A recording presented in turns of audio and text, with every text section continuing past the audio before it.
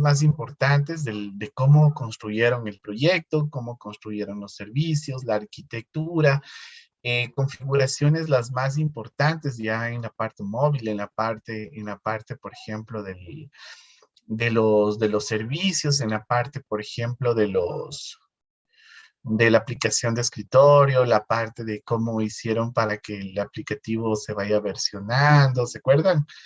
Listo. Eso en la primera parte. Y en la segunda parte, básicamente lo que tendríamos que hacer es un pequeño manual de usuario donde vamos a registrar cómo está funcionando nuestro sistema. Eso, acuérdense, eso me van a entregar en PDF para el día de la revisión del proyecto.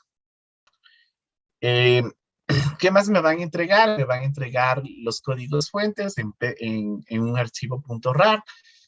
En la base de datos me la van a entregar, por ejemplo, igual, ¿no? En un archivo .rar, los servicios en un archivo .rar, la aplicación móvil en un archivo .rar y la aplicación de escritorio en un .rar. Es decir, voy a tener ahí en diferentes archivos RAR toda la información de todo el proyecto. De tal manera que si yo cojo eso y lo pongo en mi máquina y lo levanto, eso tiene que funcionar. ¿Ok?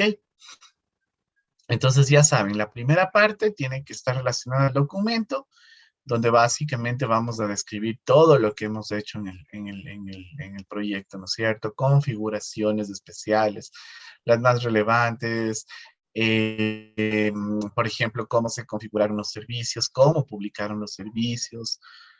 Por ejemplo, ahí pueden poner si es que lo van a publicar en SOMI, el paso a paso del SOMI, etc. Luego, acuérdense un pequeño manual de usuario donde se describan las funcionalidades del sistema. En el archivo anterior, perdón, la arquitectura, no se olviden, anoten eso, la arquitectura del sistema, de cada una de las partes que lo componen, aspectos importantes, cierto tipo de configuraciones que sería lo que ustedes técnicamente deberían ir plasmando dentro del documento. Entonces, a medida que van desarrollando, vayan documentando para que no se haga eso un tremendo documento al final. ¿Listo?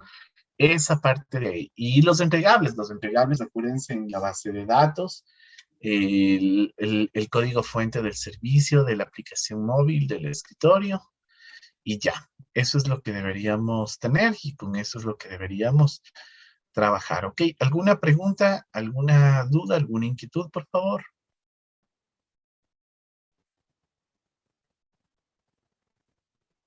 ¿Está todo claro? ¿Sí? ¿Me logran escuchar?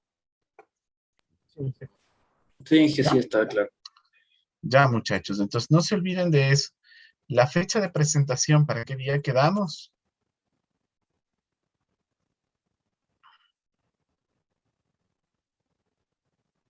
Vamos a dejarlo para el jueves 12.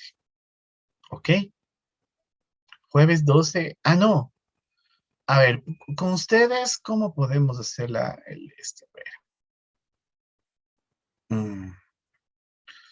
Jueves 12. A ver, ¿creen que lleguemos al jueves 12 con el proyecto o lo dejamos para el martes 17?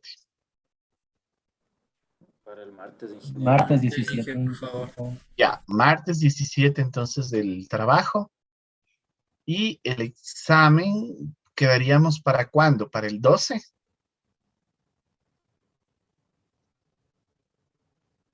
¿O para el 19? Ya, a ustedes les estoy dando a escoger. A otros grupos ni siquiera les di el chance de que hagan eso. No sé ¿El si examen quieren dar el 12 o el 19? El 19 de mi parte, ingeniero. No sé si mis compañeros están de acuerdo. igual Inge el 19 mismo. Igual Ingel Bueno, yo 19. también diría que Ya, muchachos, entonces verán, quedamos así. Proyecto 17, examen 19, pero las notas les entregaría el viernes. Ahí nos conectamos un ratito y yo les doy el viernes 20 las calificaciones. ¿Estamos de acuerdo? Ya. Listo, entonces quedamos así, muchachos. Entonces ya acordarás, ¿no? Las fechas y bueno, empecemos rápido también para que puedan trabajar en el proyecto al final y les voy a mandar una tareita adicional Es una investigación cortita de lo que tienen que hacer. No se van a demorar más allá de una media hora, pero sí es importantísimo que puedan revisar lo que les voy a mandar. De hecho, como parte de un módulo, de un curso que estaba yo siguiendo, me pareció algo súper, súper oportuno ese tipo de investigación. De hecho, yo lo investigué, lo hice, lo probé y funciona, pero de una manera súper interesante. Entonces, sí quisiera que ustedes también la prueben, la documenten y un poquito más que mandarles a configurar algo, me gustaría que ustedes mismos puedan describir y más que nada verificar, ¿no? Acordémonos que dentro de lo que vamos a ver hoy, vamos a hablar de algunas cosas interesantes e importantes con respecto a lo que es la seguridad. Entonces, hay muchos elementos que se deben considerar en el tema de seguridad. Entonces, lo importante es que ustedes puedan ir y probar. Les voy a dar el nombre de la herramienta y me cuenten qué es lo que lograron hacer con sus máquinas virtuales. ¿Se acuerdan que ustedes tenían unas máquinas virtuales por ahí en Linux? Entonces, van a probar con uno de sus equipos y me cuentan qué es lo que ustedes lograron encontrar y qué fue lo que sucedió cuando utilizaron esa herramienta. ¿Ok? Listo, entonces vamos acá, vamos a empezar. Les pido que presten atención, por favor, y nada más. Ok, vamos a hablar, el día de hoy vamos a hablar, ya les dije, vamos a hablar un poco del tema de seguridades.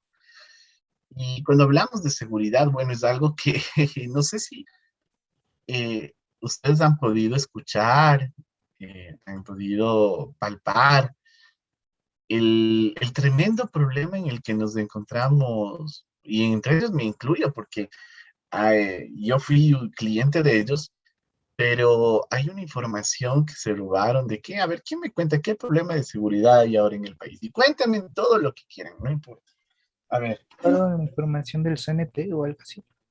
ya, pero cuéntenos más, Javier, a ver, ¿qué pasó? Ah, solo eso lo escuché otra vez. Ya, no sé, alguien más que haya podido escuchar, conocer, oír, qué es lo que sucedió. Solamente que CNT había sido hackeado pero tenían responsabilidad de ellos mismos porque no tenían bien implementada la seguridad. Y Ajá. según ellos todo estaba bien, pero se reportaba gente que no podía ni siquiera pagar servicios. Es por lo que no tuvieron, ¿cómo se dice? Eh, o nada, CNT siempre ha estado confiado en su propia infraestructura, entonces nunca tuvo, si se caía alguna cosa, entonces ellos también están así, y más lo que fue un ransomware que secuestra todo, como el WannaCry. Ujú. ¿Qué más? Muy bien, muy bien. Por ahí veo, a ver, ¿qué más? A ver, Les infectaron con un malware que secuestra la información y estaban pidiendo un rescate de cifras millonarias, de lo que sabían. ujú, así es. ¿Dónde está la compañera que se conectó y luego se fue? ¿O está aquí? No le veo. Bueno, sí, en efecto, eso sucedió, muchachos. Hay un incidente de seguridad. Bueno, de hecho, hace un tiempo ya se había hablado mucho de esto. No sé si ustedes recuerdan, hace unos meses, más o menos por la época de la primera vuelta electoral, por ahí, se hablaba de que uno de los funcionarios de los que eran gerentes de CNT de aquella época, se fue llevando ni sé cuántos teras de información de todo lo que era usuarios, ¿no? Pero se fue llevando datos personales, datos de suyos, míos, con números de cédula, contactos, y el problema es que no sabes si se llevaron números de cuentas y todo eso. Ahora, por ejemplo, yo algo que sí estoy un poco como inquieto y con todo esto es lo siguiente, ¿verdad, muchachos? Cuando usted no sé quién tiene aquí internet con CNT. Yo tengo, dije, Yo Ya, también. entonces, ahí sí. ahí sí vayan viendo si yo les digo la verdad, ¿no? O sea, no, no dirán, el profe dijo que cambiemos de servicio, ¿no? Pero sí es bueno a veces buscar alternativas.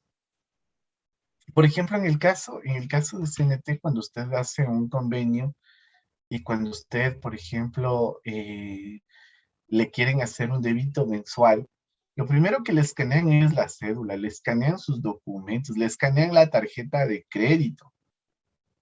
Y ahora mi pregunta es, esa información está arriba, está con los hackers, con todos esos manes que se robaron información. ¿Qué tal si una de estas personas coge la información de un usuario con la tarjeta de crédito, por ejemplo, con la mía, y cogen y hacen una compra de unos $10,000 por ahí? ¿Ustedes creen que el banco va a decir, bueno, no, usted a quién daría, no? Ellos no se van a hacer responsables y obviamente el banco va a decir, bueno, cúlpele a CNT, no a mí. Yo le voy a facturar lo que sale de su tarjeta. Estos son problemas y por ejemplo, ¿no? Yo siempre he pensado y tal vez, aunque no lo crean, a mí siempre me ha dado un poco de recelo esto de los pagos en línea, ¿no? Me va a decir, uy, pero si usted hace sistemas o ha hecho sistemas para eso y tiene miedo a que le pase algo, pues la verdad, muchachos, ¿qué les puedo decir ahora? La verdad es que yo tengo mucha incertidumbre de que los datos nuestros están publicados allá. De hecho, el otro día yo les vi, no sé, déjenme ver si es que les puedo compartir aquí la pantalla. El otro día yo estaba viendo que me salían, ¿no? Por ejemplo, datos CNT, download, descargar. Yo vi que había acá, en algún lugar yo vi que decía, descárgate los datos hackeados de CNT. O sea, pucha, yo el rato que vi eso, dije, wow, no sé, aquí vamos a poner datos robados. Sí. Miren, entonces, hay muchos puntos de seguridad que no fueron tomados en cuenta. Y yo en algunas partes vi que ya habían links en el cual si usted se podía descargar la data. Me parecieron como por Facebook por ahí. Pero ahora el tema es el siguiente. ¿Quién se hace responsable? El rato que comiencen a haber robos de información, cuando le comiencen a un usuario facturar cosas que él nunca compró, ¿quién se va a hacer cargo? ¿Ustedes creen que se va a hacer cargo CNT? Les hago esa pregunta. Y la verdad es que a mí me deja mucho, mucho que pensar. La verdad, yo no confío, no confío. Hace unos años CNT estaba muy bien manejado. Y les voy a decir con nombres y apellidos. Cuando vino Lenin Moreno, lo peor que le pasó a este país. Porque yo creo que incluso en la época de Correa las cosas se hicieron bien. Yo no estoy, yo no, yo viví la época de chicos desde el colegio, yo sabía cómo era el país y todo eso. Pero hubo una parte donde el país comenzó a hacer las cosas bien, y una de las cosas fue justamente recuperar la CNT. Acuérdense, CNT, que antes se llamaba Alegro, que antes se llamaba, ¿cómo se llamaba? Enetel, en la costa era Pacifictel, que antes era, se me va, Yetel, Andinatel. Andinatel, sí, o sea, esa era la vaca de los huevos de oro de los políticos.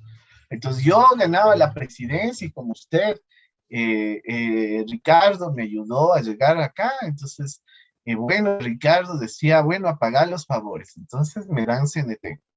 Y por ahí otro se llevaba a la administración de las termoeléctricas y por ahí otro se llevaba a así se reparte el país, ¿ya? Y de hecho, hasta la fecha se lo ha hecho así. Pero yo sí creo que en época de Correa hubo una transformación porque la corporación, miren, llegó a tener unos estándares muy buenos. De hecho, yo era cliente de TV Cable, yo era cliente de Movistar Y yo dije, no, o sea, vea, CNT me está dando buenos productos, buenos servicios, entonces, y yo conocía mucha gente que trabajaba ahí adentro de CNT. Pero cuando llegó Moreno, vea, toda esas cosas Es que importantes que se concesionó lo... CNT, si no mal no No, más recuerdo. que nada, vean, no, o sea, no me voy a, no quiero utilizar palabras despectivas, pero no, o sea, como les digo, nunca hubo no se dio continuidad al control, a las mejoras, el mismo servicio, ¿no? Cuando uno va a CNT, perdónenme, pero ni cuando uno va a pedir plata en el banco que le fíen. O sea, el trato allá es terrible, terrible. A mí, yo he salido muy disgustado muchas veces de ahí, muchachos. De hecho, hablando hasta con los supervisores quejándome del mal servicio. Pero el tema es eso, ¿no? Yo, por ejemplo, vivo cerca acá de CNT, por la Natalia Vaca, y muchachos, todos los días veo colas de gente desde durante la pandemia y antes de eso. Gente retirando sus servicios. Pero a la gente de adentro no le importa, porque eh, haya o no haya clientes, funciona o no funciona, ellos les pagan un sueldo. Que si eso fuera entidad privada, me encantaría ver cómo esas personas por mantener su trabajo, por lo menos darían un buen servicio. Pero a eso vamos, escalemos más arriba. Claro, ahora decimos, sí, es que no hubo personas que hicieron respaldos, que no se preocuparon, pero miren chicos, eso es una crónica de una muerte anunciada. Eh, así como la gente no hace su trabajo con calidad, lo mismo, ¿no? Al no tener sistemas actualizados, al no tener, por ejemplo, esa prolijidad, ¿no? De tener todos los instrumentos a nivel de software y hardware para salvaguardar la información, todo eso.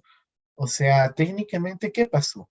Ya vamos a ver aquí que existen diferentes formas en que se violenta la seguridad.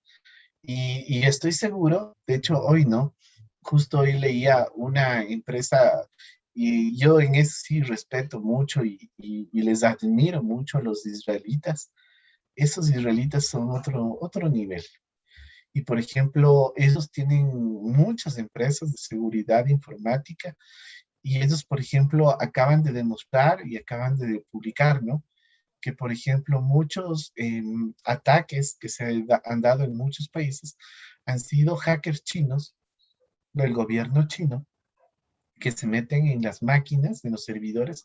Y no es que, bueno, me logré meter y te saco la noticia al siguiente día de que, oye, te violenté la seguridad. No, están viviendo ahí, residen ahí, no se hacen notar.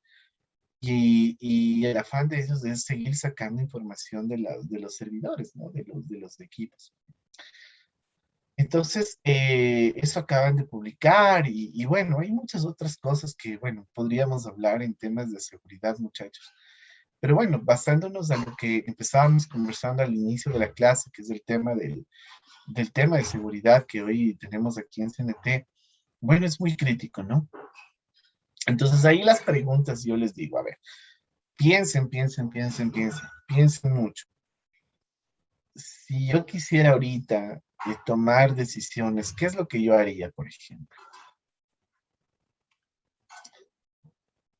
Primero, yo creo que como administrador de la seguridad, lo primero es que, bueno, de hecho, hoy están tan asustados que ni siquiera están haciendo cobros, miren en CNT.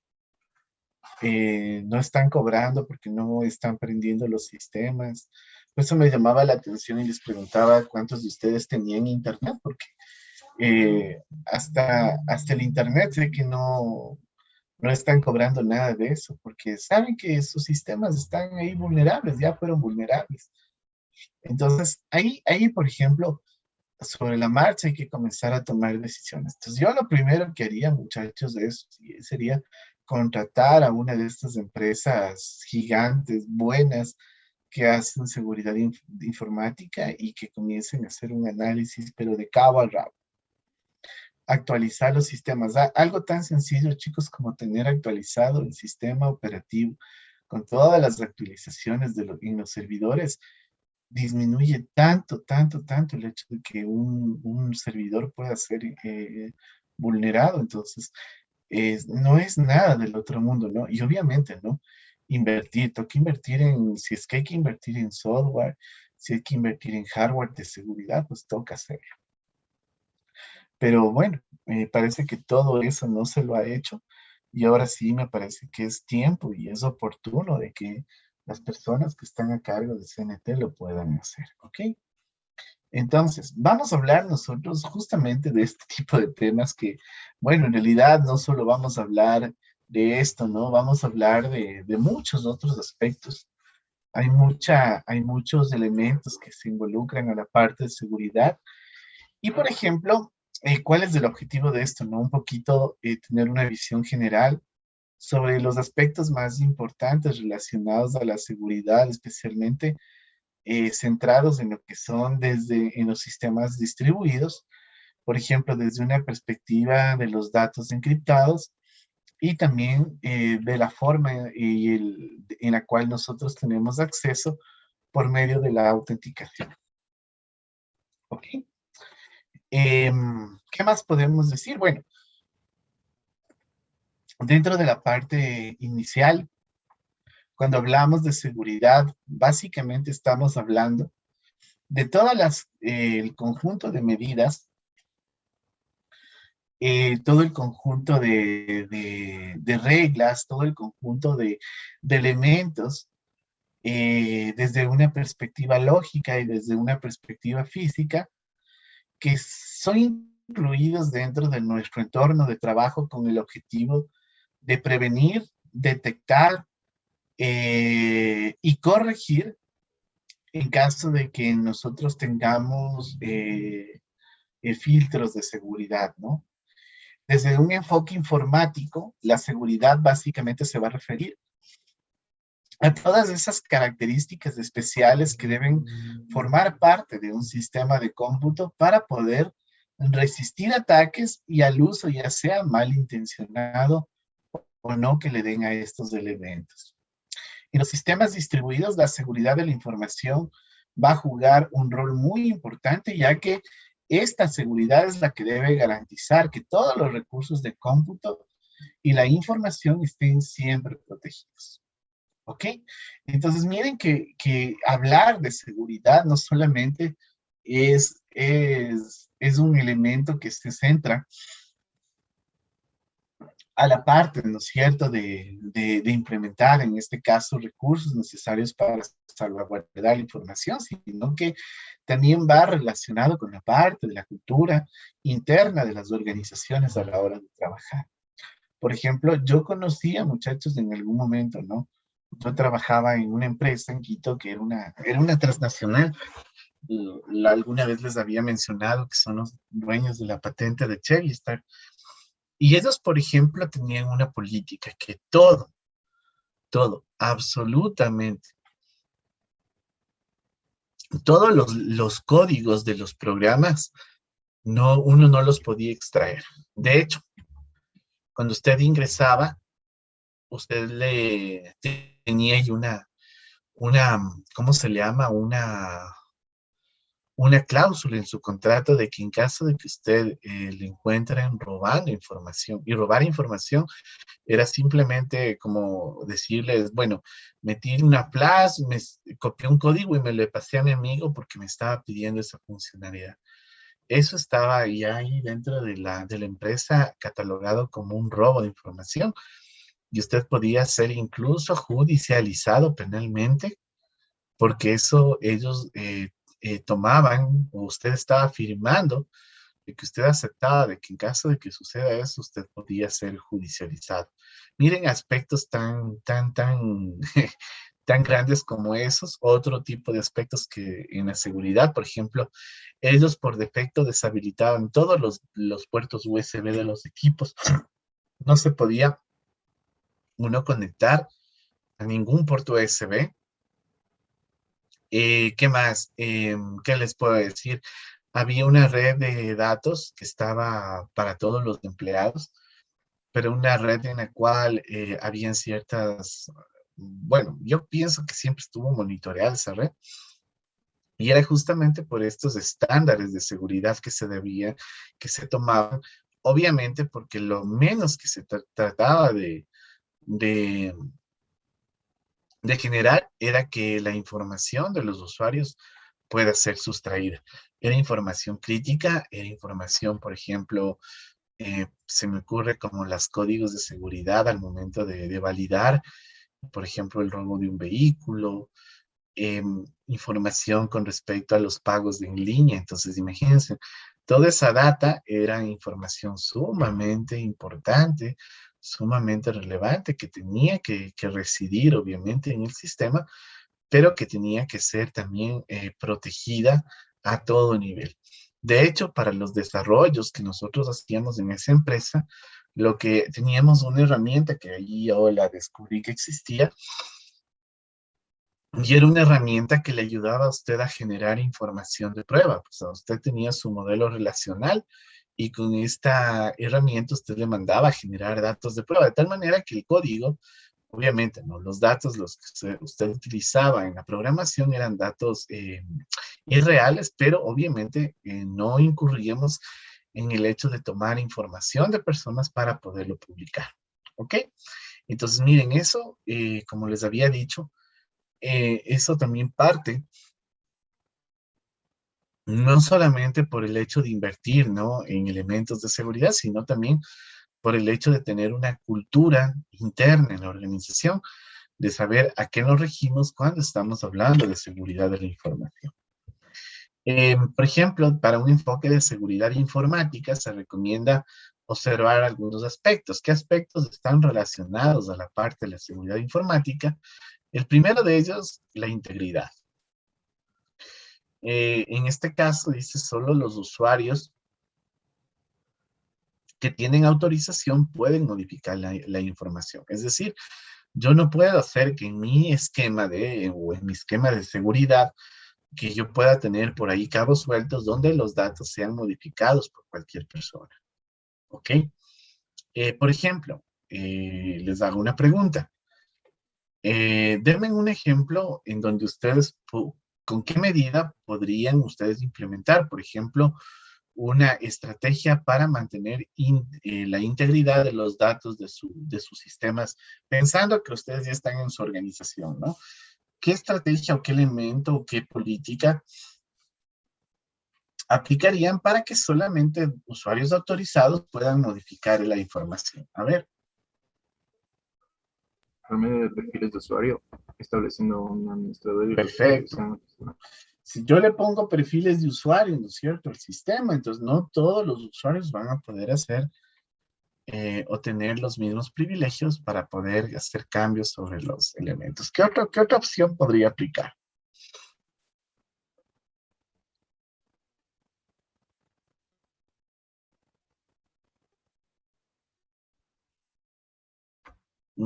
A ver, Marlon. O sea, asignar roles a la base de datos. Perfecto, y eso es importantísimo, asignar roles o usuarios con permisos, ¿no es cierto? A la base de datos. Eso es otra cosa importante. A veces, ¿no es cierto? Nos olvidamos dejamos, ¿no es cierto? Los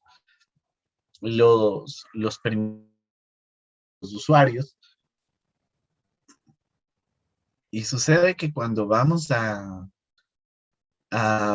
y alguien tuvo acceso al servidor de correo y entró a los archivos de configuración, encontraron la clave del usuario.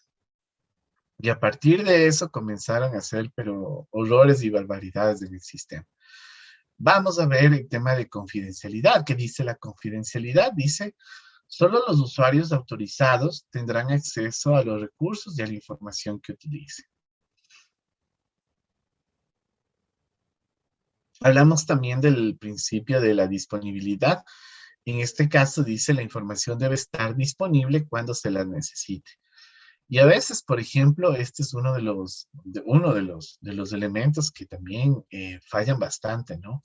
que no se cumplen. Por ejemplo, en algunas ocasiones ustedes no se habrán podido constatar de que a veces, por ejemplo, no sé si ustedes recuerdan en las elecciones, ¿no? Cuando uno quería revisar los datos, no en las últimas, en las anteriores, hubo ese tremendo apagón donde técnicamente, ¿no es cierto?, la información no estuvo disponible para todo el Ecuador, ¿no? Al momento de analizar los datos de los votos. Entonces, miren, ahí tenemos un ejemplo donde se rompió también este esquema de la disponibilidad. ¿Cómo contrarrestaríamos de esto? Pues ustedes ya lo hicieron en el primer parcial, ¿se acuerdan? Hicieron una configuración de un clúster de alta disponibilidad, donde al apagar un servidor, ¿se acuerdan? Nuestro servicio nunca se caía. Nuestro servicio seguía trabajando. Y podríamos, ¿no es cierto?, tener arriba nuestros servicios, que eso es lo que dentro de estos contextos es lo que importa y lo que necesitamos. Otro elemento que se incluye aquí es la parte de la vinculación o el no repudio. ¿A qué se refiere esto? Dice, el usuario no puede refutar o negar una operación realizada. Es decir, no puedo, yo debo manejar, ¿no es cierto?, un principio de atomicidad en las operaciones que yo tenga dentro de mi sistema. Y por ende, ¿no es cierto?, la idea es que no podemos negar en este caso ninguna operación o accesos a determinados elementos de la configuración que yo tengo en mis servicios.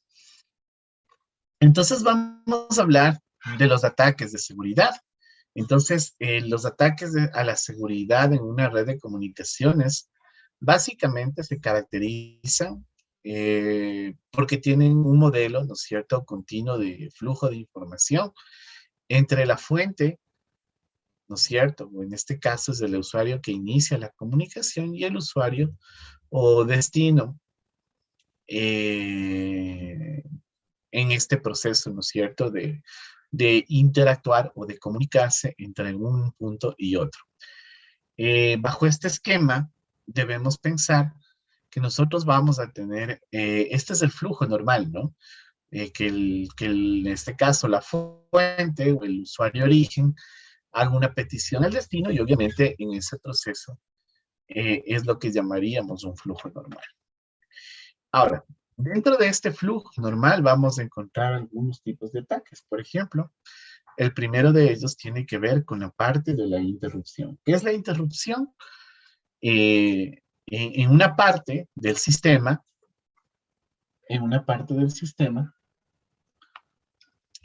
resulta destruida o no disponible en un momento dado. Es decir, ejemplo de este tipo de ataques pueden ser, por ejemplo, la destrucción de una parte del hardware o el corte de una línea de comunicación. ¿Cuándo sucede esto? Cuando, por ejemplo, la fuente solicita, ¿no es cierto?, comunicación con el destino, pero alguien en medio de este camino, ¿no es cierto?, en medio de este flujo normal, interrumpió ese proceso de comunicación, ¿ok? Entonces, esto puede ser principalmente, como decía el compañero hace un momento, pensemos que en un momento dado había un servidor web o un servidor de aplicaciones al cual nosotros accedíamos para traer los datos y por ahí, ¿no es cierto? Uno de los ataques, yo que sé, botó el servicio, instaló este WannaCry, ¿no? Que hasta que no se pague, no habilitan o no lo desencriptan. Entonces, todos estos elementos vamos a tener dentro de este contexto. Entonces, el primer elemento está relacionado con la parte de la interrupción. Hay otro elemento que se llama la intercepción. Miren, en este caso hay una particularidad en contraste con el ejemplo anterior. Aquí la comunicación nunca se va a interrumpir. Pero el problema es que en medio de este camino siempre va a haber un elemento que esté interceptando esta información. Esta entidad no autorizada puede ser una persona, una computadora, o también puede ser un programa, como es lo que le pasó al CNT, ¿se acuerdan? Ejemplo de este tipo de ataques, por ejemplo, son la escucha del canal, la intercepción vía radio de comunicaciones móviles, o la copia ilícita de archivos de programas, de archivos o programas transmitidos a través de la red. Es decir, vamos a tener un elemento que va a estar dentro del canal de comunicación, pues obteniendo o escuchando la data que nosotros estamos enviando. Si ustedes recuerdan aquí, hasta no hace más de un año, cuando nosotros entrábamos aquí a la aula virtual, ¿se acuerdan? Nosotros utilizábamos, ¿no es cierto?, el protocolo HTTP para poder ingresar acá. ¿Cuál era el problema de esto?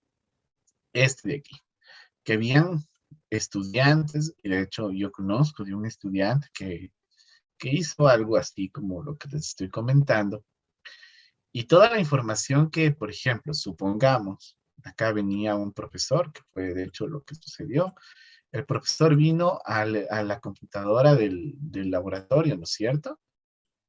Y acá este estudiante, no sé qué hizo, estuvo aquí buscando, como esto se mandaba por un protocolo HTTP sin seguridad. Entonces, este señor lo que pudo sacar fue el usuario y la contraseña. Entonces, obviamente, cuando esto llegó al destino, el destino ni se percató, el destino devolvía la data, pero acá este señor que interceptó la data, luego, obviamente, ¿saben qué hizo? Ya como tenía la contraseña del profesor, comenzó a vender los exámenes de ese profesor con esa materia. ¿Ok?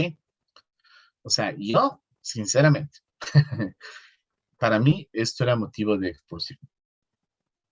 Esto tenía que haber sido, haberse tratado, porque chicos, esto de aquí, ¿saben qué es esto? Lo voy a tratar de escribir. Cuando lean ya, ¿qué es eso, chicos?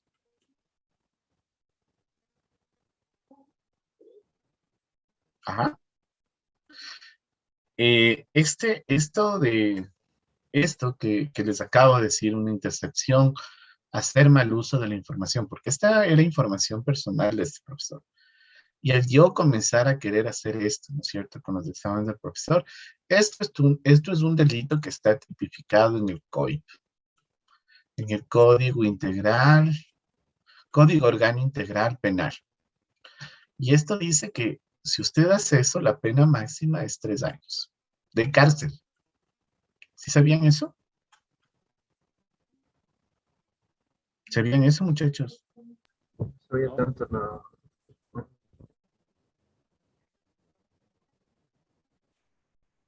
No, a ver, en la parte legal, bueno, yo trabajé 6 años en una dependencia de la función judicial, entonces yo estoy un poquito empapado de esto.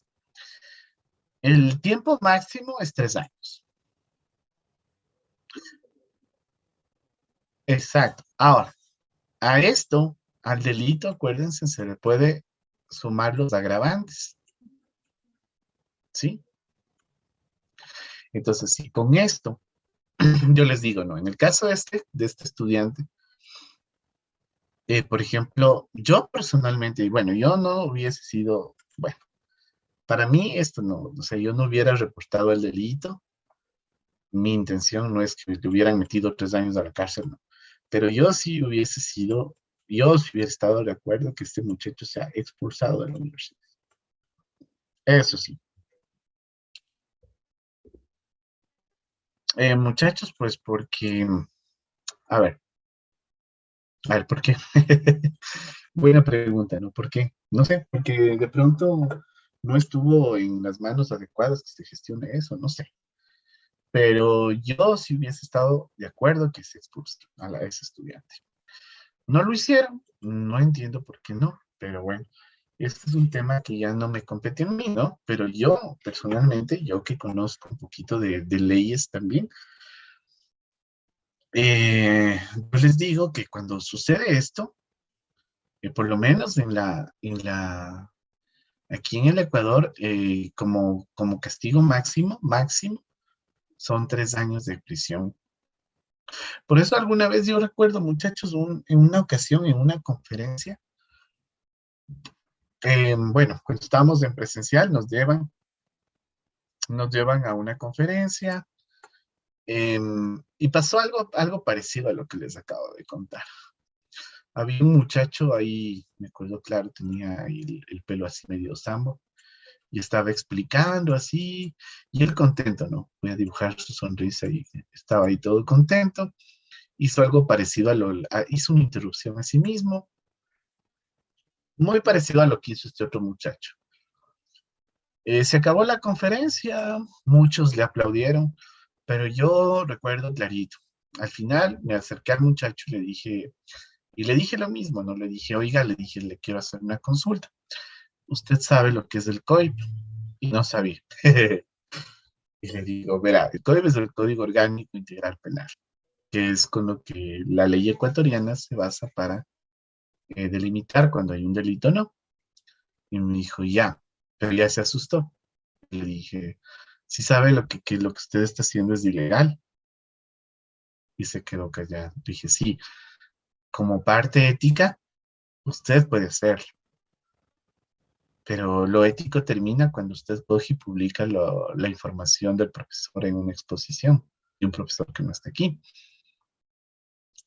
Entonces, el muchacho se quedó callado.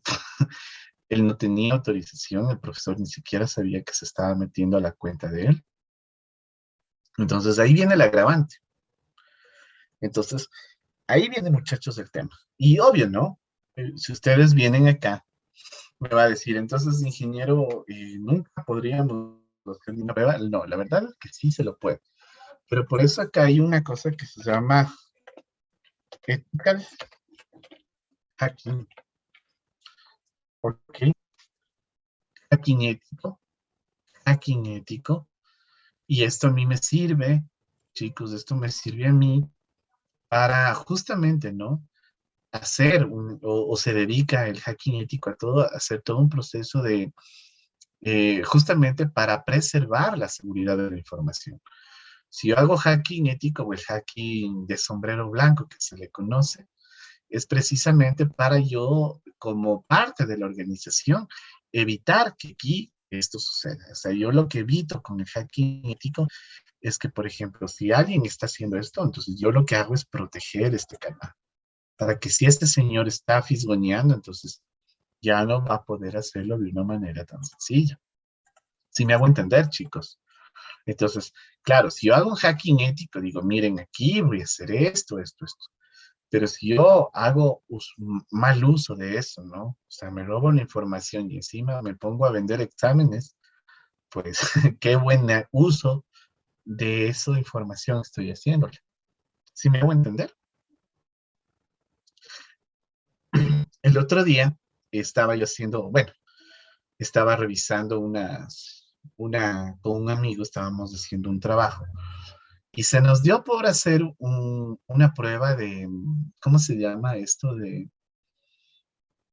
Una prueba de ingeniería social. Entonces, yo le digo a mi amigo, a ver, verás, ¿qué usuarios comenzamos a buscar en las páginas de las rendiciones de cuentas de todas las organizaciones? Han sabido tener ahí también el listado de los empleados con las cédulas, con los teléfonos, y han sabido tener también ahí las cuentas. Y yo digo, verás, entonces a mi amigo yo le decía, verás, hagamos una prueba. Yo le digo, aquí está el usuario X, está el usuario Y y está el usuario Z.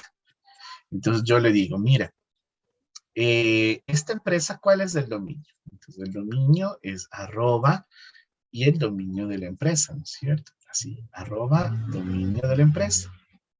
Entonces yo le digo, verás, ¿cuánto te apuesto? Le digo yo, que los directivos, los de alto rango, como esos no hay cómo exigirles que pongan contraseñas buenas. ¿Cuánto te apuesto que el número de cédula, por acá había un número de cédula, que tenían estas personas, digamos, usted el 1, el 2 y el 3, yo le decía, ¿cuánto te apuesto que la contraseña de correo de cualquiera de estos jefes que están en la página ahí de la misma empresa, coincide con el número de cédula y estamos adentro. Oiga, no me va a creer. Critiquísimo. Cogimos, probamos, entramos y logramos ingresar a la cuenta de correo de una persona que tenía mucho peso acá. Bueno, que de hecho eran personas, amigos nuestros, ¿no? Entonces, claro, lo que hicimos fue al siguiente día, cuando probamos, y obvio, no comenzamos a pisbonear la información, pero ahí estaban todos los correos, ¿no? Entonces yo dije, entonces en el sistema de información debe ser igual. La misma contraseña adentro, estuvimos acá adentro y acá adentro, solo haciendo ingeniería social. Entonces yo le decía, le llamé a mi amigo, el que administra esto, y le digo, oye, le digo, ¿sabes una cosa? Que estábamos haciendo un deber en un curso que estamos haciendo, se nos ocurrió verificar tú y sabes que hay un problema de seguridad con los de estos, que están las mismas, los números de cédula son las contraseñas de tus usuarios. Verificamos como 10 usuarios y 4 nos dieron positivos. El problema es que los 4 son uno de ellos era el jefe financiero, imagínense. Entonces, claro, mi amigo dijo, ya dejen de estar jugando, ¿no? En bromas, pero nos agradeció. ¿Qué hizo él? Implementó una política de seguridad en cuanto a lo que es la especificación de contraseñas, en lo que es el sistema en el DNS. Entonces, cosas como esas, muchachos, vamos a encontrar. El caso de CNT, lo que les había mencionado aquí con el tema de la intercepción, eh, muchos sistemas estaban viviendo dentro de los servidores de CNT, pero ellos, ¿qué hacían? Tomaban información y la sacaban, si me hago entender, a otro servidor en otro lado. Y ellos estaban viviendo aquí. Eso es como cuando al perrito le cae pulga, ¿no? Uno le ve al perrito, pero no le ve a la pulga. Pero ya cuando la pulga empieza a picar es cuando nos damos cuenta. Acá fue igual. Cogieron, estaban viviendo dentro de la misma red y se fueron. O sea, ahí está así. Entonces yo les pregunto, ¿cómo creen que los usuarios o cómo creen que ellos se dan cuenta de que pueden hacer un ataque de este tipo, ¿no? Hay muchas herramientas, pero ¿saben cuál es el principal problema? Que alguno de estos servidores no tenía las seguridades necesarias. Y por ahí entran. Entran por ahí, entran por un correo electrónico. Y yo estuve revisando una técnica, muchachos, que me quedé pero sorprendido, así. Vi una forma, y bueno, se habla de que es una de las formas más rápidas y más fáciles de hackear a los usuarios. Les hago una cuenta. Voy a cambiar de color. Publican una página web, le envían al usuario y le dicen, oye, pon aquí, no sé, pon lo que tú quieras, aquí pon, yo qué sé, datos que le pidan al usuario, un dato 1, un dato 2. El tema es que un usuario hizo esto, cogió, puso aquí un script en JavaScript, sencillito, dentro de dentro de estos cuadros de texto, lo mandó a correr, pero acá al otro lado había una máquina que estaba, un servidor, que estaba escuchando que alguien le invoque con este script. Bueno, acá estaba la IP del servidor, ¿no? La IP de este servidor de acá. Entonces, cuando él le invocaba acá a este señor, automáticamente este señor acá en su consola, aunque no lo crean, él ya tenía acceso a la unidad de archivos de este equipo de acá. Si este equipo fue una forma tan sencillita de hackear equipos, chicos. Yo me quedé sorprendido, porque aquí, solamente haciendo esto, la persona, el atacante que estaba acá, él podía entrar al sistema de archivos de este computador y comenzaba a navegar. O sea, es impresionante ver cómo se lo hace. Entonces, claro, ¿por qué pasa eso? Y les voy a contar, aunque me van a decir, no le puedo. ¿Saben por qué pasa eso? Y les voy a contar por qué se dio ese problema, ¿no? Acuérdense, acá tenía la página con los cuadros de texto. Acá tenía, por ejemplo, mi otro servidor. ¿Cómo yo llegué a través de esto? ¿Saben cuál fue el punto de seguridad? La página estaba acá conectándose a un servidor web por este lado.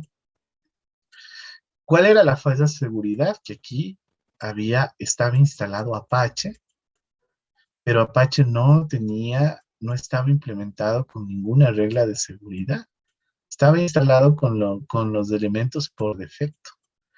Y cuando yo le dejo a mi máquina con la configuración por defecto, ahí es cuando los hackers me comienzan a atacar.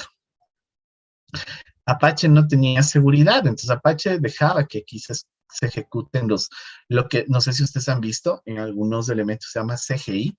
Entonces, cuando yo le dejaba que aquí me ejecute CGI, y como aquí no había seguridad, aquí al momento de que yo mandaba el script, este señor se conectaba acá. Y este señor tenía acceso ya al sistema de archivos de este equipo que estaba trabajando.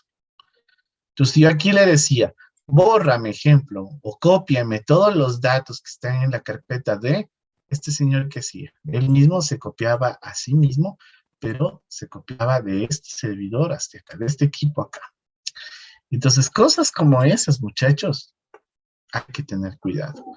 Y les digo desde el punto de vista legal, les digo desde el punto de vista técnico, y más allá nosotros que somos, que somos programadores, que vamos a hacer software, siempre debemos tomar en cuenta que por ejemplo, el flujo normal, el canal, las versiones, los parches, todo esté instalado.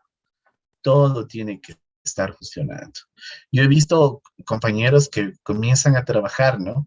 Y cuando este señor no le hace ping al servidor, lo primero que hacen es le dan de baja al firewall. Y con el firewall abajo, ahí sí estos señores que hacen fiesta.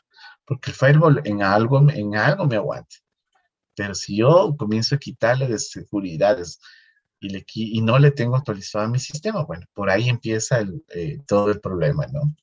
Entonces, a tomar en cuenta eso. Otros elementos, otros ataques son las modificaciones.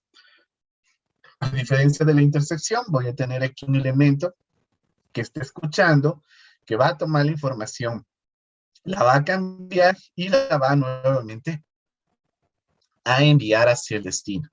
Entonces aquí, por ejemplo, debemos tomar en cuenta de que es un elemento que está dentro de la red, que va a tomar toda la información en el tráfico, la va a cambiar y esa información cambiada, enviarla hacia el lado de mi destino, ¿no? Hay que tener mucho cuidado. Por eso es importante que en estos canales, ya vamos a hablar más adelante, la información vaya encriptada, porque por más que él quiera, por ejemplo, como en el caso de acá, interceptar, por ejemplo, ya con el HTTPS, yo ya tengo un protocolo de seguridad embebido. Pero no solo él, si es información crítica, entonces encripto la información, porque puede ser que él esté interceptando, leyendo, pero ¿qué tal? A yo le puse una encriptación de mis datos, entonces para él va a ser mucho más difícil ya comenzar a trabajar con la data encriptada, ¿no? Otro elemento tenemos la fabricación. En ese caso, por ejemplo, hay una suplantación de identidad, es decir, este elemento que está dentro del canal de comunicación se hace pasar, ¿no es cierto?, por uno de los nodos que pueden estar dentro de mi red. Y en ese caso, este señor de aquí comienza a hacer peticiones y en cambio el servidor destino piensa que quien está pidiendo la información es uno de los equipos que por referencia debería hacerlo, ¿no? Otro tipo de elementos inseguros que tenemos es cuando tenemos o se registran lo que son los ataques pasivos y los ataques activos. Por ejemplo, en los ataques pasivos, el atacante no va a alterar nada de la comunicación o de la información. Lo que va a estar haciendo es estar escuchando para poder retransmitir luego esa información que se requiere. Entonces, los objetivos que persigue, en este caso, los ataques pasivos, se encuentra la intercepción de datos, el análisis de tráfico, que puede ser usada, obviamente, para obtener información. Los ataques pasivos son muy difíciles de detectar, ya que no provocan alteración en los datos, lo que les comentaba, ¿no es cierto? Se dan cuenta ya cuando la información está fuera. La información se puede proteger de este tipo, se lo puede proteger usando, por ejemplo, encriptación y otros mecanismos asociados a lo que es la protección de la data. En cambio, los ataques activos, en cambio, cuando son activos, el atacante altera las comunicaciones. Este tipo de ataque puede subdividirse en algunas categorías, por ejemplo, lo que es la suplantación de identidad, la reactuación, la modificación de mensajes y la degradación fraudulenta del servicio, lo que conocemos como los ataques de DOS, ¿no? ¿Qué pasa durante la suplantación de identidad? Lo que hace el intruso es simular ser una entidad diferente, mientras que en la reactuación uno o varios mensajes legítimos son capturados y repetidos para producir un efecto no autorizado. En el ataque de modificación de mensajes, el intruso lo que va a hacer es variar los datos transmitidos. Y finalmente, en el ataque de degradación fraudulenta de servicio, el intruso lo que va a intentar es que las entidades dialogantes puedan funcionar de manera correcta, ¿no? Es decir, va a tratar va a tratar también de degradar de a poco el servicio, ¿no? Listo. Entonces, para nosotros poder hacer frente, ¿no es cierto?, a todos estos aspectos inseguros que podemos tener, vamos a hablar de lo que son los servicios de seguridad. Entonces, como les decía, para poder afrontar estas amenazas de seguridad que vamos a tener dentro de nuestras organizaciones, lo importante es definir un plan, una secuencia o una serie de servicios que nos ayuden a garantizar, ¿no es cierto?, en este caso, elementos seguros para proteger la información dentro de la red. Estos servicios, dice, hacen uso de uno o más mecanismos de seguridad. Una clasificación de los servicios de seguridad, o sea, qué elementos podemos implementar nosotros dentro de este contexto de seguridad. Primero puede ser, por ejemplo, la confidencialidad. ¿Qué hacemos con la confidencialidad? Pues lo que va a permitir es garantizar que la información es accesible únicamente por entidades o personas autorizadas. ¿Ok? Otro aspecto que se puede tomar dentro de los servicios de seguridad es la autenticación. ¿Qué me va a permitir hacer la autenticación? Pues va a ofrecer mecanismos que permitan identificar, ¿no es cierto?, de manera correcta el origen del mensaje, asegurando que la entidad que está queriendo acceder no sea falsa o no sea una entidad fraudulenta.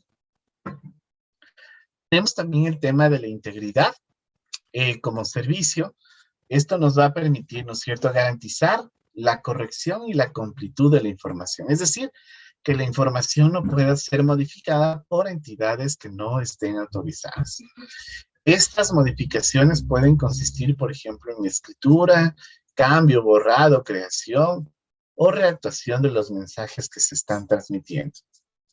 Otro aspecto tenemos aquí es el tema de la vinculación. Lo que hacemos es, por ejemplo, vincular un documento a una transacción, a una persona o un sistema de información, de tal manera que el emisor ni el receptor puedan negar la transmisión. Entonces ya vamos a ver que esto, por ejemplo, se produce cuando establecemos, o de hecho ustedes ya lo hicieron, recuerdan, cuando nosotros hacíamos una conexión SSH entre dos servidores, técnicamente lo que estamos ahí negociando, ¿no es cierto?, es con una llave pública y privada a la hora de la autenticación.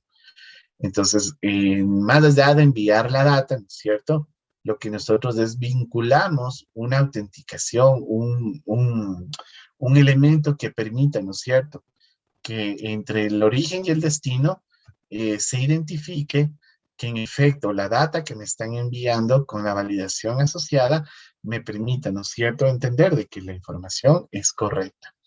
Y tenemos también el tema del control de acceso. Acá se requiere que el acceso a la información sea controlado por el sistema de destino. ¿Qué mecanismos de seguridad nosotros vamos a poder implementar? Bueno, la ventaja de todo esto es que no existe un único mecanismo que va a proveer todos los servicios de seguridad antes descritos. Es decir, no existe hasta ahora un elemento que digan que con esto ya todo está, va a quedar todo seguro, ¿no? O sea, la verdad es que no. Sin embargo, la mayoría de mecanismos de seguridad van a utilizar técnicas criptográficas basadas en cifrado de datos. Y en este caso, las técnicas criptográficas más importantes que nosotros vamos a citar son, primero, las técnicas de intercambio de autenticación. Esta técnica se encarga de comprobar que la entidad sea origen o destino de la información, perdón, se encarga de comprobar que la entidad, ya sea origen o destino de la información, sea la indicada. Tenemos otra técnica criptográfica, es el tema del encriptado. En este caso, altera la representación de los mensajes de manera que garantiza que el mensaje no va a ser entendido y no va a ser, por ejemplo, a pesar, ¿no es cierto?, de que puede ser, en este caso, ¿no es cierto?, leído, no va a ser fácilmente desencriptado, en cambio, por las entidades que están de pronto tratando de obtener la información. Otra técnica tenemos lo que es la integridad de datos. Esta técnica va a garantizar la corrección, la completitud de la información. Por ejemplo, aquí vamos a cifrar una cadena comprimida de datos y transmitimos. ¿Qué es lo que tiene que pasar? Que cuando esta información llegue al lado del receptor, el receptor va nuevamente a generar la clave en función de los datos, de la trama de datos que se enviaron. Cuando esta trama que desencripta, ¿no es cierto?, en este caso el receptor, es igual a la clave que emitió en este caso el emisor, si esos valores son iguales, entonces de ahí yo puedo estar un poco más seguro de que el mensaje, por ejemplo, no fue modificado a lo largo de la ruta de lo que se transmitió la información. Otro aspecto importante en lo que es cifrado tenemos lo que es el tema de la firma digital. Y, por ejemplo, lo que es la firma digital no es otra cosa que una cadena comprimida de datos usando una clave secreta que es generada por el emisor, es decir, por la persona que envía. La firma digital se va a enviar en este caso, hacia diferentes destinatarios, hacia un servidor principal, y en este caso es el mensaje en el receptor quien valida que la firma que nosotros estamos enviando en efecto sea realmente correcta, ¿no? Por eso es que nosotros cuando estamos hoy en día estamos utilizando el tema de la firma digital, y si se fijan, siempre tiene que haber una entidad certificadora. La entidad certificadora es la que le va a dar a usted, ¿no es cierto?, en este caso el token o el archivo, y cada vez que usted firma, cuando usted envía, es la entidad certificadora la que valida de que, primero, que el certificado sea correcto y que la autenticación anexa al certificado forme parte de ella, ¿no? Entonces, por eso es importantísimo que a la hora de trabajar, por ejemplo, con las firmas digitales, puede existir, ¿no es cierto?, este proceso de cifrado de datos para que, obviamente, garantice la seguridad al momento de emitir la información. Otro mecanismo tenemos el control de acceso. Lo que hace es permitir que solo usuarios autorizados puedan acceder a los recursos del sistema o también a los recursos que se encuentran en la red. Otra técnica se llama el tráfico de relleno, que no es otra cosa que poner un conjunto de datos falsos dentro de mi red, con el objetivo de que cuando mis mensajes sean enviados, obviamente, el enemigo tome los datos falsos como verdaderos y obviamente, en este caso, la persona que está fisgoneando, ¿no es cierto?, mi información, le sea mucho más complejo identificar qué forma parte de la data certera y cuál es la data que en este caso está trabajando como un dato falso, ¿no? Tenemos también lo que es el control de enrutamiento, lo que va a permitir es enviar cierta información por determinadas rutas clasificadas. Asimismo, posibilita la solicitud de otras rutas en el caso de que se detecten, dice, persistentes violaciones de integridad en la ruta determinada. Y llegamos acá a la parte de lo que son los sistemas criptográficos. En la criptografía, miren, esto no es algo que nos lo inventamos los informáticos cuando se inventaron las computadoras. Este principio de criptográfico es algo muy interesante, ¿no? Y vienen, miren, siendo utilizados, por ejemplo, ya hace más de 4000 años por los egipcios. Y esta técnica, bueno, ha sido utilizada hasta hoy en día. Y, por ejemplo, ha sido importante y ha jugado un rol principalmente, ¿no?, crucial en las dos guerras mundiales. Pero una de lo que más me llamaba era cómo el rol que jugó la criptografía, por ejemplo, en la Segunda Guerra Mundial. A ver, ¿quién me cuenta esa historia? Imagino que sí se la saben. A ver, ¿cómo creen que influyó la criptografía en la Segunda Guerra Mundial? A ver, ¿quién me cuenta? Lo de la Turing, ¿no era? Sí mismo, con la máquina Enigma, ¿no es cierto? ¿Perdón? Gracias a ella pudieron ganar la guerra. Así es, ¿no? Yo creo que, no me acuerdo si alguna vez yo les mandé a ver creo que les mandé alguna vez a ver la película Código Enigma, ¿se acuerdan? ¿O no les Sí, mandé que a ver sí, esa sí, dije película? alguna vez. Alguna vez yo les mandé. Y recuerdo que bueno, miren, algo interesantísimo, ¿no? Gracias a que por medio de la criptografía se pudo identificar, ¿no es cierto?, el patrón que utilizaban la máquina, esa maquinita, los alemanes. Estamos hablando que en aquella época no había una computadora todavía fabricada, ¿no? Por eso es que el primer computador se le denominó como la máquina de Turing, porque fue Alan Turing el que pudo hacer eso, ¿no? Finalmente, Alan Turing, obviamente por esa presión social, Alan Turing era gay y él se suicidó, ¿no? No pudo manejar, no supo manejar esos aspectos psicológicos y bueno, Alan Turing finalmente se suicidó. Pero a lo que yo les iba mencionando a todo esto, era el hecho de que, por ejemplo, miren lo importante que fueron los sistemas criptográficos. Desde hace muchos años, lo fueron muy importantes, por ejemplo, en la Segunda Guerra Mundial. Y bueno, y pienso que lo van a seguir siendo durante muchos años.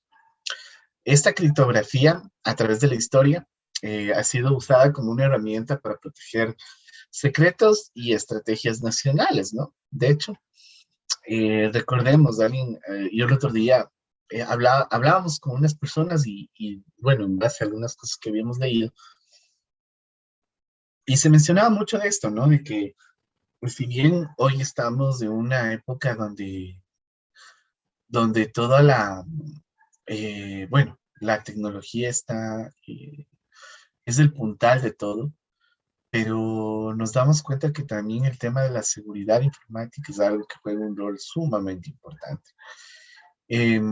Por ejemplo, en el caso de los gobiernos, yo recuerdo que, eh, por ejemplo, quienes son durísimos en esto son los israelitas, y ellos, por ejemplo, igual los chinos, igual los norcoreanos, por ejemplo, constantemente están ingresando, ¿no es cierto?, los sistemas de los demás países para obviamente recabar toda la información que ellos puedan recolectar, ¿no? Así fue como Israel, por ejemplo, le ingresó a los servidores donde tenían, por ejemplo, la información de los armamentos, los iraníes. Y por eso es que hace unos años Israel fue y bombardeó la parte de Irak en una zona, bueno, perdón, en Siria, y a partir de eso es que comienzan a darse también problemas, eh, y parece que va a ser mucho más fuerte de lo que yo les comento, por ejemplo, los problemas del Medio Oriente, porque a partir de eso comienzan a ver como un cruce de ya de fuego, ¿no es cierto? No directo, pero sí en determinadas operaciones entre Irán e Israel. Hay que orar mucho para que no pase nada, muchachos, pero yo sí creo que el momento en que Irán e Israel se vayan a la guerra, pues hasta ahí llegamos todos, porque yo creo que eso va a hacer que muchos países más se involucren, por ejemplo, entre ellos Estados Unidos, entre ellos Rusia, entre ellos la ONU, China. Bueno, hay que pedirle mucho a Dios que no pase nada malo. Pero sí, o sea, miren, estamos creo que viviendo el día a día de todo esto, entonces hay que tomar mucho en cuenta, ¿no? Existe también, por ejemplo, tomando en cuenta estas cositas que hablamos un poquito del mundo real también, existe por eso una demanda muy alta de lo que es los sistemas criptográficos para poder guardar y poder salvaguardar la información de las organizaciones y de los países. Esto, por ejemplo, ha ido incrementando en gran medida la demanda de lo que es el uso de la criptografía. ¿Qué es la criptografía? Entonces, la criptografía es el estudio de técnicas matemáticas. Miren, la matemáticas relacionadas con los aspectos de la seguridad de la información, tales como la confidencialidad, la integridad de datos, la autenticación de la identidad y la autenticación del origen de los datos. Los sistemas criptográficos son muy útiles para la seguridad en los sistemas distribuidos, ya que van a permitir mitigar muchas posibles vulnerabilidades que estos pueden presentar. Entre los más importantes tenemos el encriptado simétrico y el encriptado asimétrico. Es un encriptado simétrico. Miren, aquí basadas en imagen, tanto el emisor como el receptor usan la misma clave secreta para cifrarse y para cifrar y para descifrar. Es decir, de extremo a extremo, ambos manejan el mismo proceso de encriptación. No sé, el momento en que un usuario, ¿no es cierto?, está enviando una información de origen a destino, el éxito de que esto ocurra es que en este caso, tanto el emisor como el receptor van a tener el mismo código de criptográfico para poder, ¿no es cierto?, encriptar y desencriptar la información. O sea, esto se le conoce, o es lo que nosotros conocemos como un encriptado simétrico, que yo recuerdo esto lo habíamos hecho el semestre anterior, ¿se acuerdan? Haciendo unas pruebas ahí de seguridad, en algún momento lo hicimos. ¿Qué hacen los sistemas criptográficos? Por ejemplo, en el sistema simétrico, en cambio, miren, acá es algo interesante. Cada usuario tiene una pareja de claves, una pública y una privada. Cada usuario. Con la característica de aquello de que se cifra con una de las claves, lo que se cifra con una de las claves solo se puede descifrar con otra clave. Entonces, miren, acá nosotros vamos a tener, ¿no es cierto? Miren, ahí tenemos el emisor y el receptor. Entonces, la idea es que nosotros vamos a tener, en este caso, ¿no es cierto?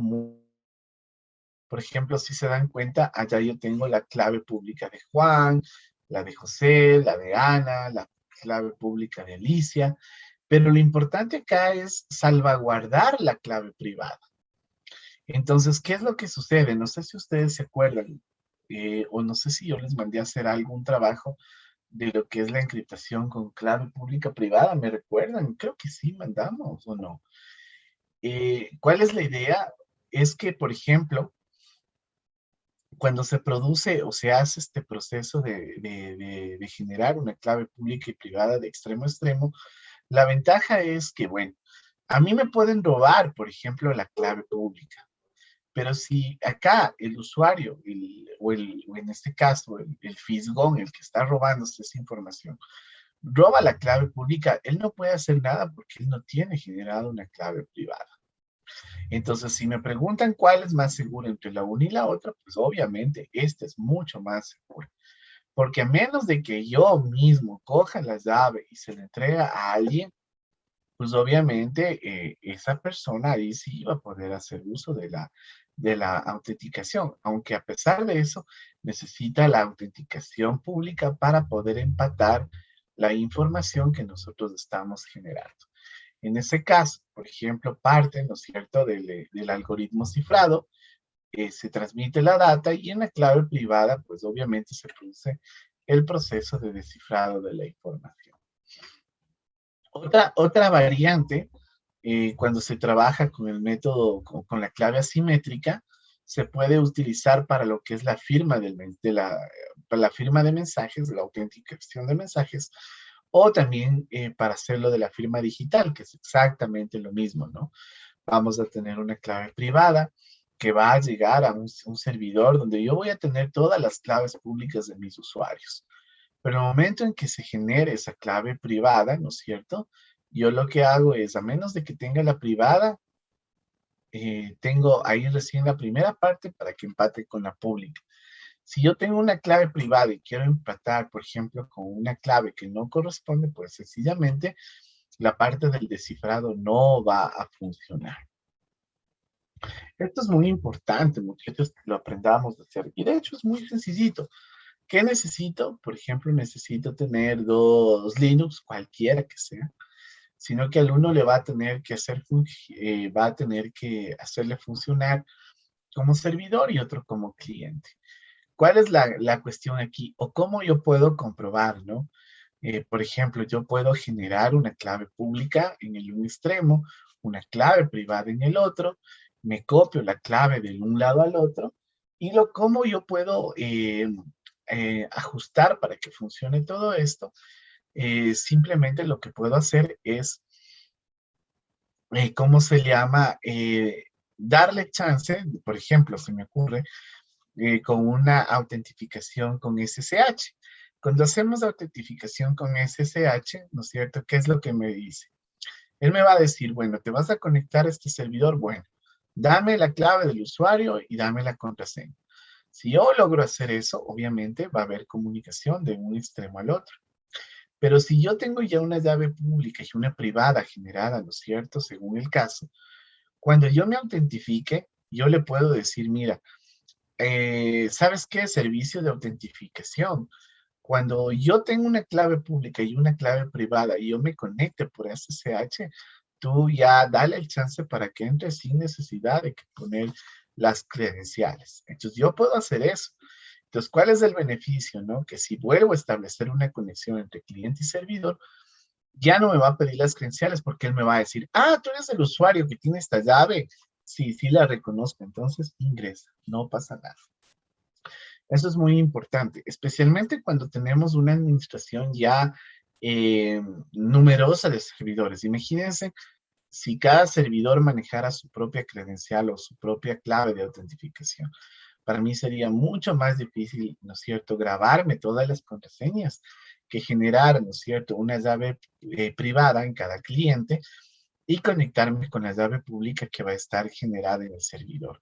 Lo hago de manera automática y obviamente con la seguridad y los permisos necesarios para que solamente aquel que tenga esta opción pueda hacerlo. Entonces entramos a la parte de la autenticación. ¿Qué es la autenticación? La autenticación se la puede definir como un acto que sirve para confirmar si algo o alguien es realmente auténtico o tiene los permisos para yo poderme conectar. La autenticación de un objeto se puede confirmar, perdón, puede significar la confirmación de su procedencia, mientras que la autentificación de una persona a menudo consiste en verificar la identidad. La autenticación está ligada a las preocupaciones de seguridad en los sistemas distribuidos. Entre las preocupaciones más importantes a nivel de la autentificación podemos entender el tema de lo que es la confidencialidad y la puntualidad. Otro aspecto que para poder proporcionar confidencialidad se debe cifrar la identidad y la información de la clave de sesión, por ejemplo. Eso es algo importantísimo que debemos hacer en los sistemas. Otra de las preocupaciones de seguridad parte de en qué es lo que se requiere o qué requiere el uso de llaves públicas y privadas previamente compartidas. Entonces, la idea es identificar a qué procesos o a qué elementos le vamos a dar esa opción de autenticación. Otro tema importante es que la puntualidad es requerida para prevenir los ataques de repetición. Otro punto importante es que la puntualidad puede alcanzarse al usar números de secuencias o estampillas de tiempo o reto-respuesta, ¿no? Y aquí, por ejemplo, aparece un señor o un elemento que se llama Kerberos. No sé si es que alguna vez lo escucharon, pero este sistema Kerberos es un proyecto de autenticación que se desarrolló en el Instituto Tecnológico de Massachusetts, el que se conoce el MIT, ¿no? Cuando los usuarios desean acceder a los servicios, en los servidores existen algunas posibles amenazas. Primero, que el usuario puede pretender ser otro, no el que estamos esperando.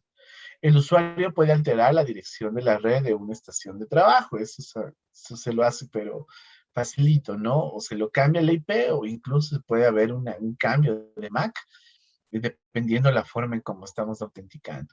Y lo otro, que el usuario puede espiar los intercambios y usar un ataque de repetición para poder ingresar a los servidores. Entonces, Kerberos proporciona un servidor de autenticación que es totalmente centralizado, es un servidor específicamente para los procesos de autenticación. ¿Qué me ayuda a hacer esto? Autenticar usuarios de los servidores y los servidores también hacia los usuarios. El protocolo Kerberos se usa en el cifrado convencional sin hacer encriptado de la clave pública, ¿no? Entonces aquí más o menos está descrito cómo se realiza el proceso Kerberos, ¿no es cierto? Donde tenemos que el cliente utiliza el servidor de autenticación. En este caso, el servidor de autenticación lo que va a hacer es transmitir información al cliente y en este caso tenemos básicamente la comunicación entre el cliente y el servidor, ¿no? ¿Qué más tenemos de aquí? Algunos riesgos que podemos definir a nivel de Kerberos. Por ejemplo, una es el tiempo de vida de un mensaje, que es el ticket que se envía hacia el lado para obtener la concesión de validación, de autenticación hacia el servidor. Si ese tiempo es demasiado corto, pues entonces es solicitado repetidas veces por la contraseña, ¿no? En cambio, si es demasiado largo, existe mayor oportunidad para poder hacer un ataque de repetición hacia el servidor. Por ejemplo, también existen casos en que las redes de clientes y servidores pertenecen a diferentes organizaciones. Entonces, ¿qué es lo que se puede hacer aquí, no? Por ejemplo, se puede hacer un escalado de autentificación con varios servidores Kerberos, donde lo que vamos a hacer es que los usuarios de un dominio puedan necesitar el acceso de servidores de otro dominio, y algunos de estos servidores pueden estar dispuestos a ofrecer el servicio previamente que estos se puedan autenticar. En este entorno, dice, se propone un esquema conocido como básicamente el esquema de Kerberos múltiple lo que va a necesitar es lo siguiente. El ID y la contraseña del usuario, de todos los usuarios que estén registrados en la base de datos de Kerberos. Todos los servidores deben estar registrados con el Kerberos, quien comparte la clave secreta con cada uno de ellos. Y los servidores Kerberos de cada dominio se van a registrar entre sí y van a poder compartir la información entre ellos. Es un esquema en el cual nosotros vamos a poder configurar esto. ¿Ok? Listo. Preguntas hasta ahí, por favor. Preguntas, inquietudes que tengan. Ahora, en el tema de seguridad hay que entender algo. El costo. ¿Cuánto me cuesta hacer? Podemos hablar de algunas cosas. Realmente, yo sí creo que mientras más costoso sea mi seguridad, mientras más seguridades le ponga, obviamente los precios van a ser súper más altos. Es como lo que hablábamos la clase anterior, ¿se acuerdan de los SLA, no? Mientras mayor sea el porcentaje de disponibilidad, obviamente los costos van a ser sumamente más altos. Entonces acá nosotros lo que debemos hacer es utilizarlo, las cosas que están en nuestro alcance, pero bien. Como yo les decía, tener actualizado actualizado, por ejemplo, el sistema operativo. Algo tan sencillo como tener actualizados los paquetes que están dentro de nuestro sistema. Algo tan sencillo como, por ejemplo, apagar los servicios innecesarios. Algo tan sencillo como no dejar las configuraciones por defecto. Algo tan sencillo como utilizar herramientas que me permitan analizar los puntos de seguridad de mi sistema, realmente van a ser la diferencia a la hora de trabajar. Cosas tan sencillas como esas, muchachos. Entonces, ¿qué es lo que vamos a hacer en lo que nos queda de tiempo? Vamos a hacer, verán, dos cosas sencillitas. Ya les explico qué vamos a hacer. La primera, algo muy sencillo. Esto yo estoy seguro que si lo leen, lo revisan y lo hacen, si tienen todavía las máquinas virtuales de Linux, ¿no es cierto? Ok. ¿Qué vamos a hacer? Verán, chicos, van a hacer solamente esta configuración sencillita. Ustedes van a tener sus dos servidores Linux, ¿no es cierto? ¿Y qué es lo que yo necesito? Quiero que usted investigue y yo quiero que aquí haga una autentificación asimétrica. Es decir, por un lado, yo voy a tener la clave privada y por el otro lado voy a tener mi llave pública. ¿Ok?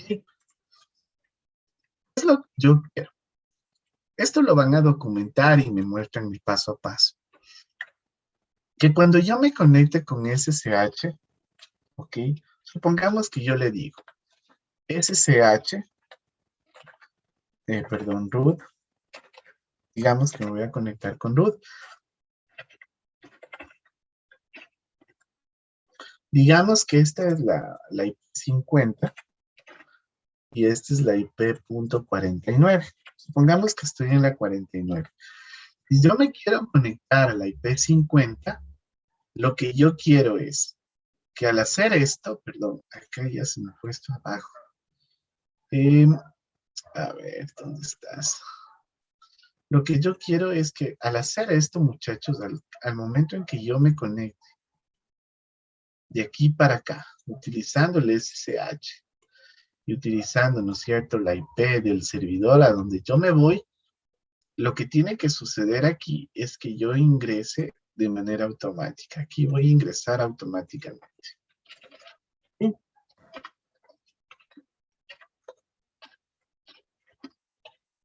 Aquí quiero ingresar automáticamente sin, ojo, aquí, aclaro, sin autenticación.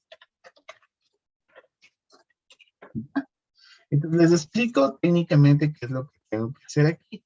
Aquí tengo que generar mis llaves públicas, tengo que copiarme la llave desde un servidor al otro, tengo que habilitar una opción ahí para que me permita hacer una conexión SSH.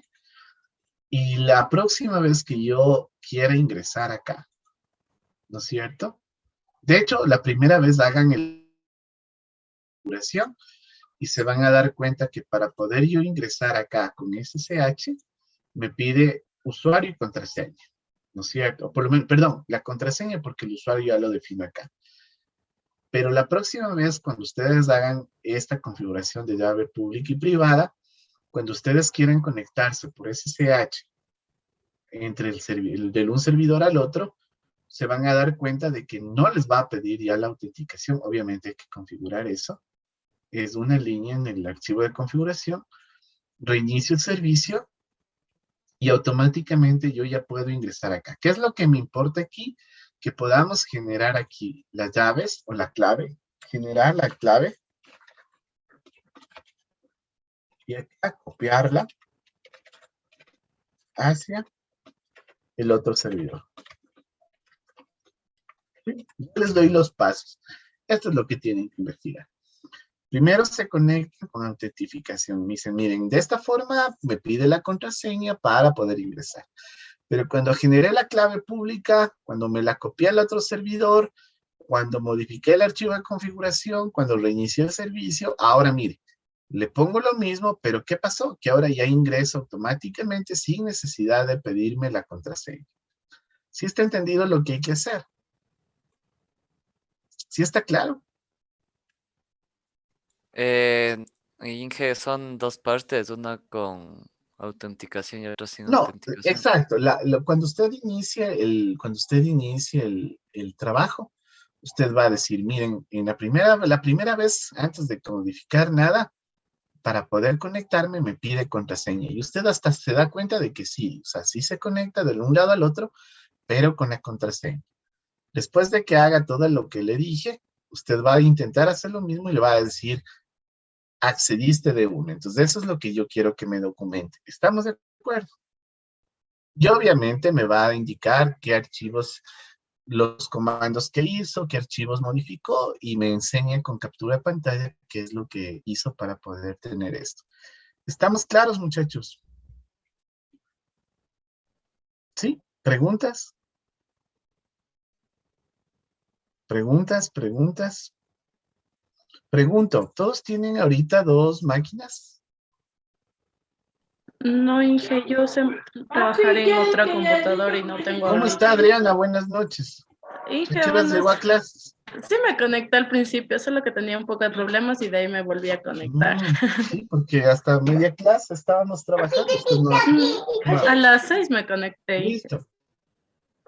Sí, pero las clases eran a las 5.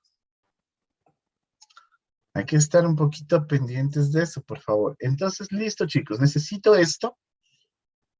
Bueno, esto realmente no les va a tomar. Si ya tienen las máquinas virtuales, acuérdense que en el VirtualBox hay una opción que se llama clonar. Y lo que hace es, ya, si tiene una máquina, le hace otra. ¿No es cierto? Solamente tendría que cambiar las configuraciones del nombre, la red, del equipo y ya.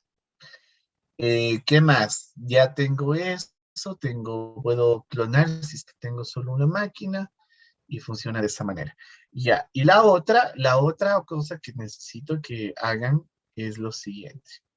Esto incluso es más cortito que lo que les estoy mandando, pero sí quiero que revisen. Quiero que ustedes cojan y a cualquiera de estas máquinas, a cualquiera de las que ya van a hacer esto de la llave pública y privada, a cualquiera de los dos servidores, yo quiero que ustedes utilicen una herramienta, o bueno, ¿qué les puedo decir?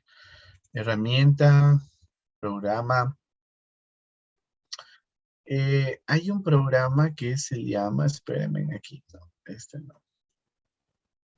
Hay un programa, una herramienta que se llama, déjenme ver aquí el nombre, ya, se llama OpenSCAP, ¿ok?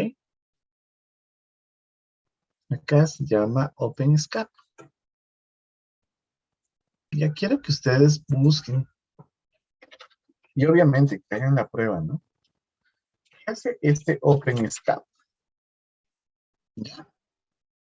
Entonces quiero que ustedes vean, verifiquen, me cuenten, que le prueben y me digan, ¿sabe qué?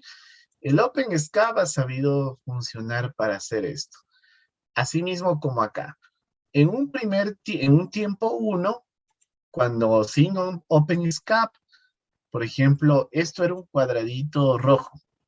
Después de mandarle a correr el OpenSCAP, perdón, era un cuadradito negro, ¿ya? Después de hacer el OpenSCAP, ya no es cuadradito, ahora es un pentágono azul, ¿ya? Entonces yo quiero que me cuenten qué es lo que hicieron con este OpenSCAP y para qué les sirvió y cómo funcionó y qué es lo que, y cómo yo tuve esa mutación de tener un cuadradito a un pentágono, ¿ya? Listo. Si tienen las máquinas, yo les doy por seguro, les doy por sentado que esto lo van a hacer aproximadamente en unos 30 minutos.